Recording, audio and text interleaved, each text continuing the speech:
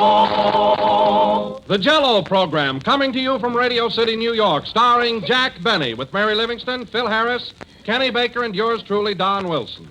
The orchestra opens the program with For No Rhyme or Reason.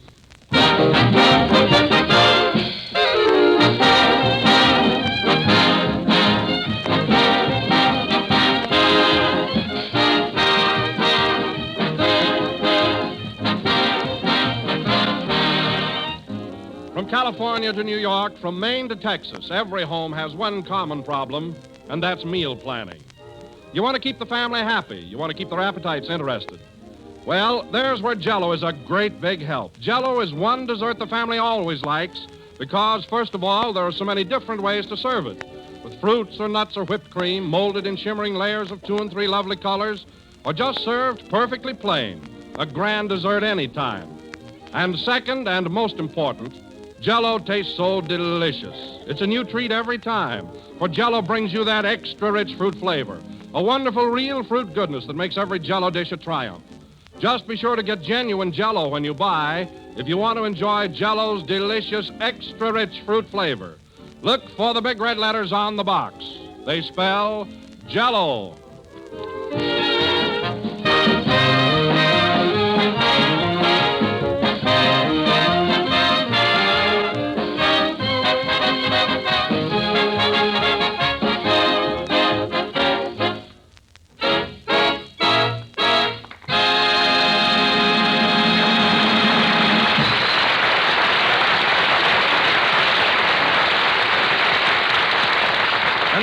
Ladies and gentlemen, let us welcome to New York that little ray of California sunshine.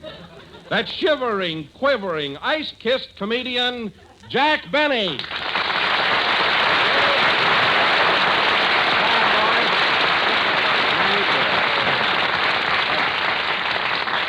Thank you. Hello again. This is Jack Benny coming to you through a suit of long underwear. And, Don, it's sure great to be back in New York again, but, boy, this cold weather is really too much for me. Oh, Jack, I'll admit it has been pretty cold, but it's certainly much warmer today. I know that, Don, but I defrost very slowly. You know, coming from California, my blood happens to be thin, what there is of it. I can hardly stand it. I know how you feel, Jack. After the sun goes down, it does get pretty frigid. Frigid? Why, Don, the other night I slept under 6 blankets. I felt like the bottom wheat cake. But cold or no cold, it's good to be back in old Manhattan. Huh? Well, tell me, Jack, you've been in town now since Thursday. What have you been doing with yourself? Oh, I've had a lot of fun, Don. I saw some shows, went to a couple of nightclubs, and last night I was invited over to Fred Allen's apartment for dinner. Oh, Fred Allen, huh? Yeah, he and I are pretty good friends now, you know. Well, I'm glad to hear it. Has Fred got a nice apartment? Oh, how could I tell, Don, with all that laundry hanging in the living room?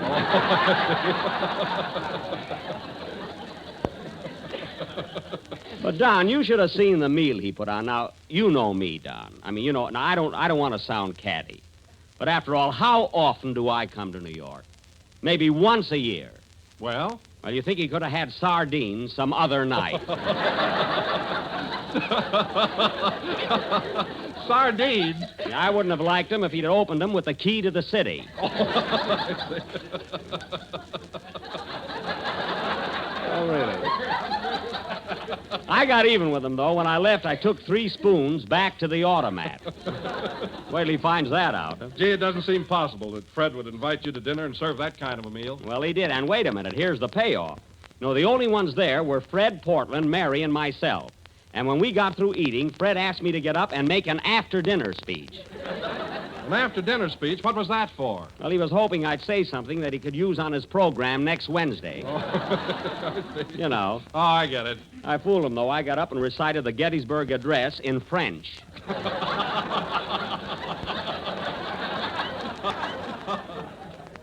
Let him use that.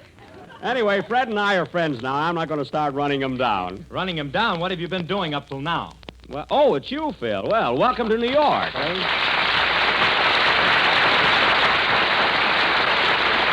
it. Keep bowing. Flash those pearly teeth. Yes, sir. You know, Phil, I was wondering if you'd show up tonight. I haven't seen you since we got in town Thursday. Where are you living? At the Astor Bar. The Astor Bar. Well, for goodness sake, why didn't you take a room in the hotel upstairs? Funny, the bartender asked me that when I was shaving this morning. Well, I can imagine the kind of time you've been having. Say, Phil, I was just looking over the boys in the orchestra. This isn't your regular band, is it? No, Jack, these are local boys. What do you think of them? They're a fine bunch. They look like you picked them up at a rummage sale. What if I did? Their instruments are new. Oh, yeah. Well, that's something, yes. But I can't understand why you didn't bring your regular band along. I offered to pay their expenses. Their expenses? That's rich. Well, I did. Sure you did. I got 14 musicians, and you wanted to put them in 7 upper berths. Well, the berths were opposite each other. They could have slept crossways. You know, the train was crowded. Crowded? Yeah, I had to share my berth with an Indian that got on at Albuquerque. Kept me up all night trying to sell me a blanket. Happened to snore once or twice. He tried to scalp me. I never thought of that. What a trip, huh? Hello, Jack. Here's your little glamour girl. Oh, hello, Mary. How are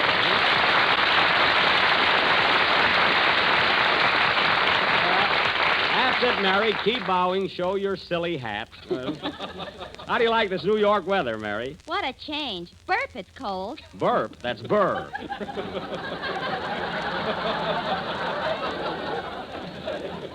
Burp. Hello, Don. Hello, Mary. Have you been having a good time since we got here? Oh, swell, Don. Gee, I love winter New York. I've been taking long walks in Central Park every day. Walking in the park with all this snow? Are you crazy? It's almost gone now, Jack. Well, maybe it is, but I saw a picture of Mayor LaGuardia in front of the City Hall last week, and the snow was way up to his ears. Oh, how high is that? Plenty high. He was standing on Grover Whalen. Now, that's silly. What was Grover Whalen doing under the snow? He was keeping his gardenia fresh.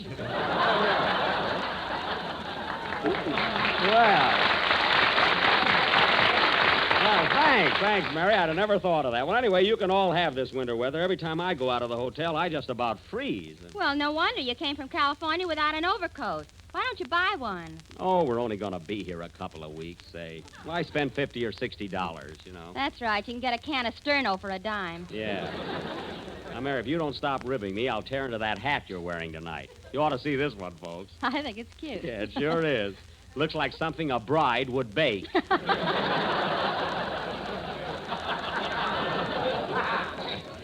That's what the girl in the store said. Well, she was sure clicking.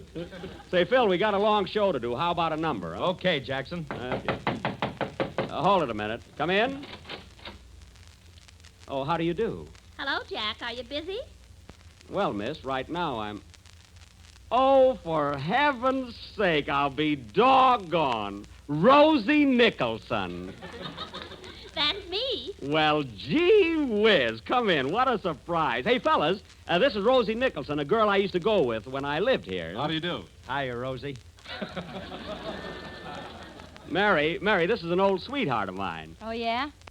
Well, Rosie, Rosie, I haven't seen you in years. I knew you were in town, Jack, so I just thought I'd come up and say hello. Well, I'm glad you did. You're looking great.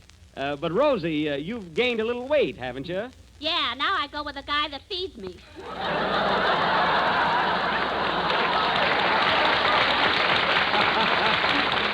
Oh, boy, so same sense of humor, but you haven't changed, though, Rosie, really. You're a blonde now, and you were a blonde when I met you. That's right. Yeah. A lot of peroxide has gone over the dam since then. Miss Livingstone, please. Ha, ha, ha. Gosh, after all these years. It's sure good to see you again. Say, Rosie, are you married yet? No, but I'm still in there punching.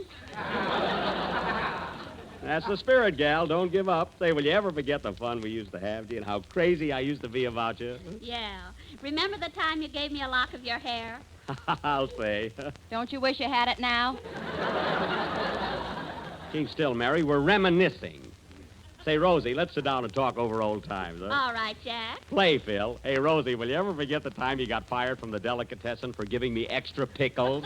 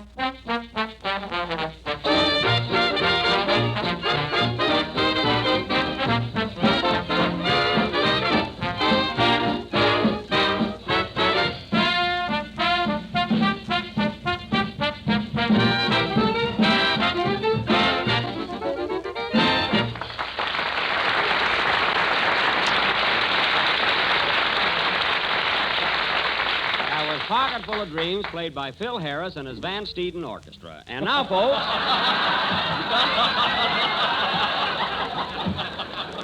and now... and now, folks, Don Wilson. Don Wilson has an announcement of great importance to make. Take it, Don. Ladies and gentlemen, the scene is the residence of Mr. and Mrs. Homer T. Griddle in the thriving little town of East Orange, New Jersey. They've just finished their roast beef and are now enjoying their dessert. Let us tune in and hear what they have to say about our product.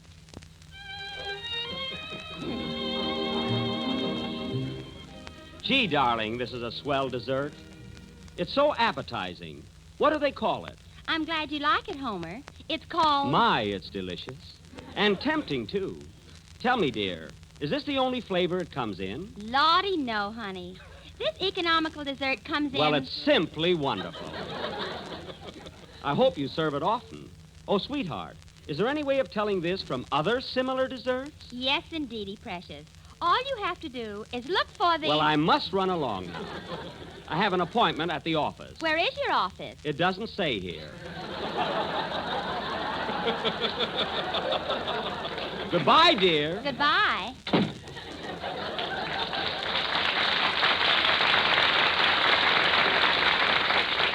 Ladies and gentlemen, I venture to say that this happy couple were eating Jell-O. It is economical, easy to make, and comes in 6 delicious flavors.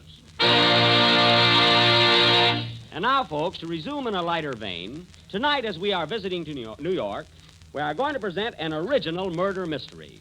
A play that we feel Hiya, will... Jack. Am I late? Oh, a little bit, Kenny, but it's all right. It's all right.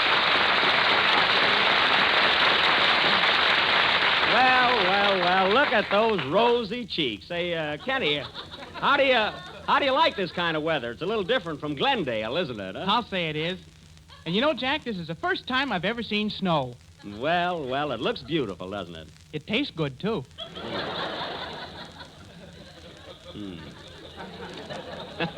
Gee, but snow is funny stuff. Say, Jack, I wonder where it comes from. Well, it's very simple, Kenny. Snow is fundamentally rain. But due to atmospheric conditions, the moisture in the clouds condenses into minute crystals. And these tiny particles fall to the earth in dainty white flakes. Well, shut my mouth. Well, it serves me right for even attempting an explanation. Now, why don't you tell him about the stork? No, keep still. He asked me a question, and I answered it. I know, but ever since you bought that encyclopedia, you've been showing off. I have not. You have, too. The other day, I just asked you what time it was, and you told me how they make watches. Oh, forget it. And now, ladies and gentlemen, as I started to announce, we are going to present an original... Say, Jack, Yes? is that Kenny Baker, your tenor singer? Oh, yes, Rosie. Oh, Kenny, this is Miss Nicholson, the girl I used to go with. Gee, Yeah.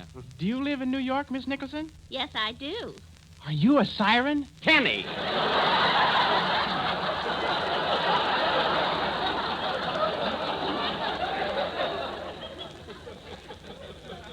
You'll have to excuse him, Rosie. He's been reading the wrong kind of magazines.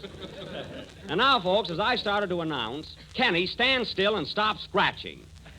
Tonight, we are going to present an original detective thriller entitled Murder in the Movies. Now, in this gripping drama, Phil Harris will be sergeant of police.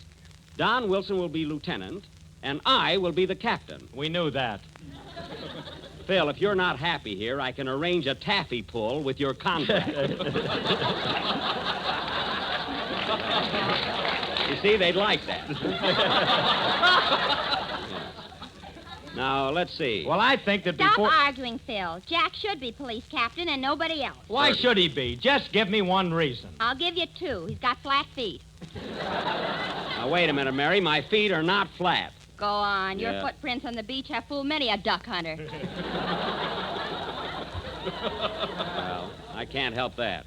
Now, let's see. Oh, Jack, is it really true that you purposely flattened your feet the day the United States entered the World War? No, Don, the World War had nothing to do with it. It was an accident. An accident? How could you accidentally flatten your feet? Because I was hanging out of a window at the time, and I was so surprised at the war news that I dropped. That's ridiculous. Why were you hanging out of a window? Because we were a large family, and shut up.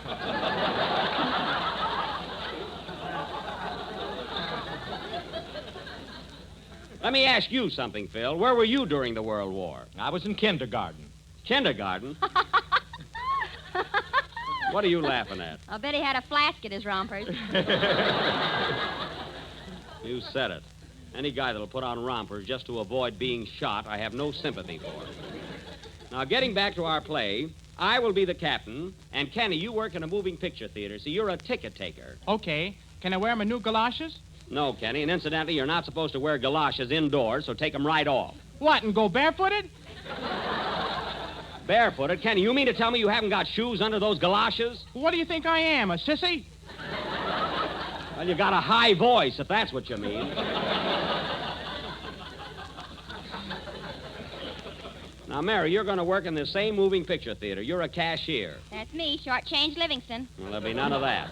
And now, folks, our play, Murder in the Movies, will go on immediately after Kenny's song. Are you ready, Kenny? Yeah. Well, go ahead. And stop that scratching. Are you wearing long underwear or have you been to the flea circus? Both. Oh, you poor kid. Sing.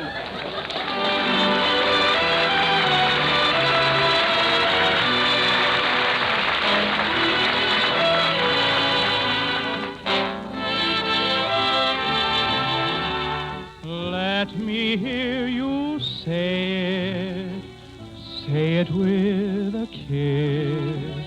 If you mean that look I've seen, say it with a kiss. You don't have to know the words to love's familiar tune. Say it with a kiss and say it soon.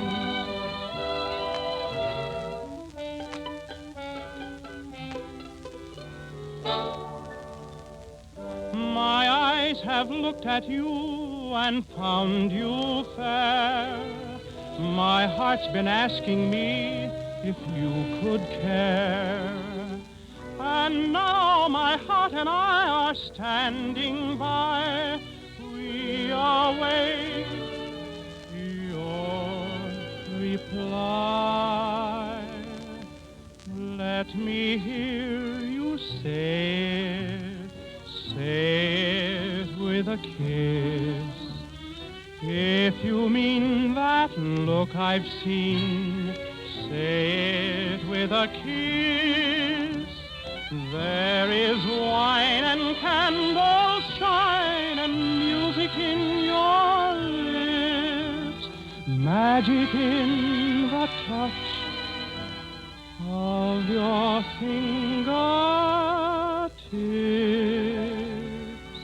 Words may not convey, say it with a kiss, and your look might speak a book that my eyes might miss.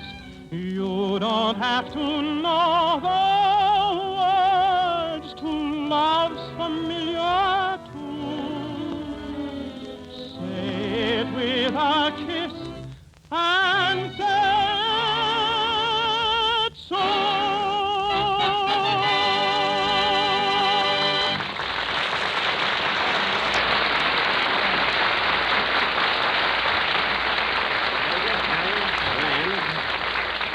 That was Say It With a Kiss, sung by Kenny Baker. And, Kenny, that was simply marvelous. Thanks, Jack. Your kindness is exceeded only by your good looks. Well. Hey, where did that come from? And now, folks, before somebody says something, he couldn't let that line go by without making a face at me.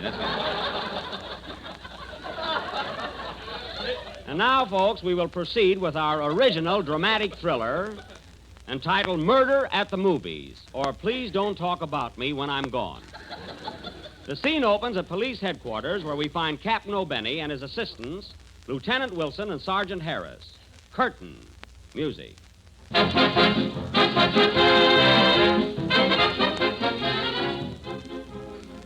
Now listen, men. Things are going from bad to worse. The chief just called me up and said we better clean up the crooks in this district or else. Oh, we're doing all right. Doing all right. Now listen, Harris. You were on duty in Central Park last night when two men stole an elephant from the zoo. And you let them get away with it. Well, they told me they were Barnum and Bailey. I wouldn't care if they were Damon and Pythias. Which they probably were. Well, I'm sorry, Chief. Sorry. And you, Wilson, you're a fine-looking policeman. Why are you wearing your badge on the seat of your pants? The patch fell off. Oh. Well, listen, fellas, I want action around here. Action. I'll fill this jail if I have to serve $1 dinner.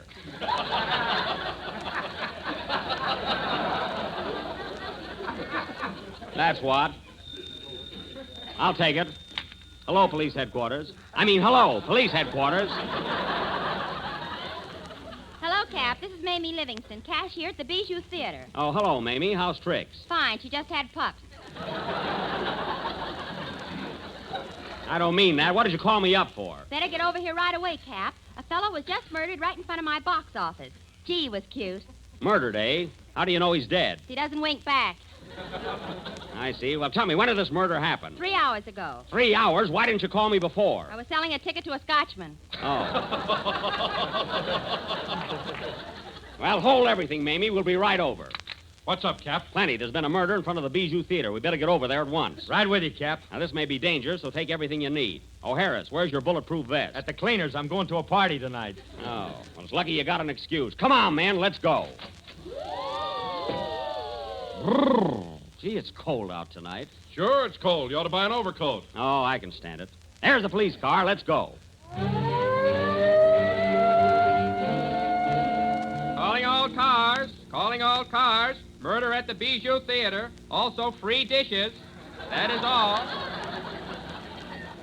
Step on it, Wilson. I've almost got a set. Say, Cap, can we stop by Joe's pawn shop for a minute? What for? I want to pick up my gun. We haven't got time for that. Come on, give her the gas, Wilson. Okay.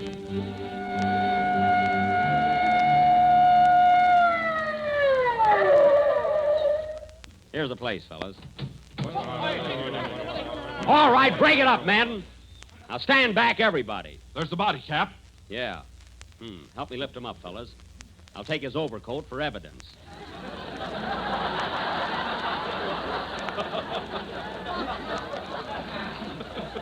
Evidence? Shut up. Now, let's see. Well, he was shot right through the little finger. Little finger? How could that kill him? He was scratching his head at the time.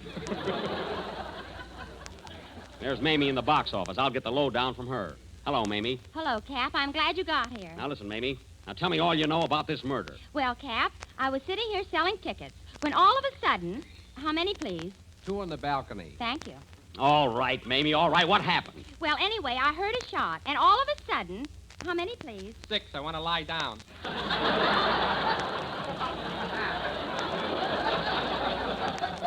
Now, come on, Mamie. I got to get the facts.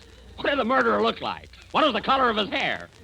I don't know. He had a hat on. Well, his eyes, then. His eyes. What color were his eyes? He had dark glasses on. Oh, well, what about his face? What did his face look like? A veal cutlet. You're trying to shield him. Now, where did he go? Well, as soon as he fired the shot, he ran into the theater. That's what I wanted to know. Come on, boys. We'll go in after him. We're with you, Cap. There's the doorman. Hey, buddy, did a man come in here a few minutes ago with a gun in his hand? Yes, sir, he did. Was the gun smoking? Yes, so I made him sit in the loges.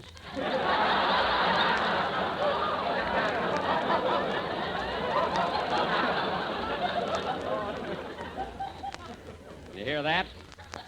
Now, let's go in, men. This is a cinch. Oh, I'm sorry, mister, but you fellows will have to have tickets. Tickets? We're the police, and we're after a criminal. Here, look at our badges. They're very pretty, but you gotta have tickets. Oh, all right. Hey, Wilson, buy 3 tickets. Okay.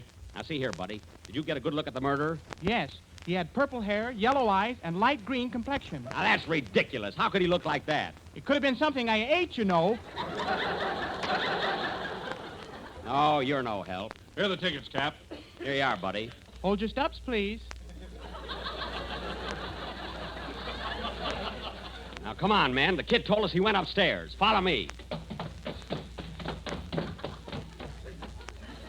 Okay, men. Here are the loges. Now, let's take it easy. We got 'em cornered now. Stubs, please. Oh, here you are. I'm sorry, sir, but these tickets are for the main floor. Now, look here, buddy. We're the law. We're after a desperate criminal. He's sitting in the loges. Well, if he can afford it, can't you? Oh, all right. What do we owe you? 45 cents extra for 3 tickets. Here you are. Make a note of that, Harris. 65 cents for expenses. Now, let's see. Here are the loges. Hey, fellas, I bet that's him there on that end seat. He looks like a killer. Yeah. Quiet, men. Let's sneak up on him.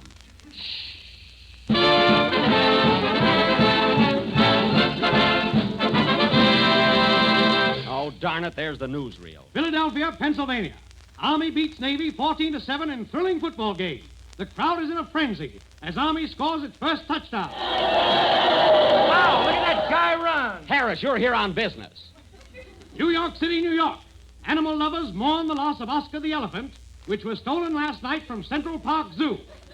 Police are baffled. We are not. Then where's the elephant?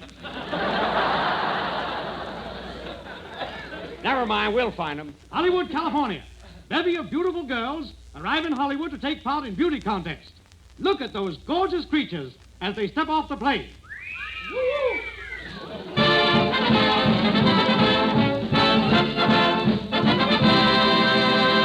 Well, thank heaven that's over. Now, come on, men. We got to catch that murderer before he gets away. Hey, Cap, there's a fellow with a gun sitting over there by the door. That's the guy we want. Come on. Oh, now what's that? It's the feature picture. Look! Yeah, there's the title. Jack Benny and Artists and Models. Why, that's my old picture. We can't nab that guy now. We'll have to wait until it's over. Oh, no, you don't. I'm not going to sit through this. Take it away. I give up. I surrender. What? I confess. I killed him. I'm the murderer. But I'm not going to sit through this picture. I'm not hanged, you hear me? Hang! Hang! Blast the bracelets on the men and take them away. I'm staying for the picture. Play, Phil. People say there are tricks to all trades. Well, here's a trick every housewife ought to know about. It's a quick and easy way to add new excitement to your dinner table tomorrow night.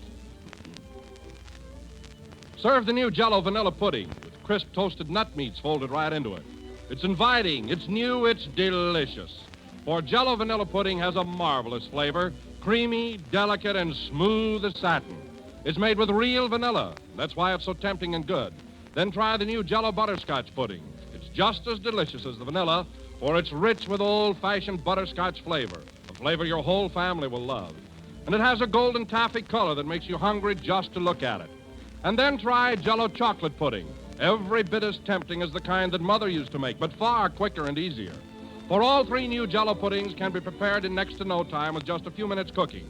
Simple directions are in every package. So ask your grocer tomorrow for all three Jell-O puddings. Vanilla, butterscotch, and chocolate. We're a little late, so good night, folks. If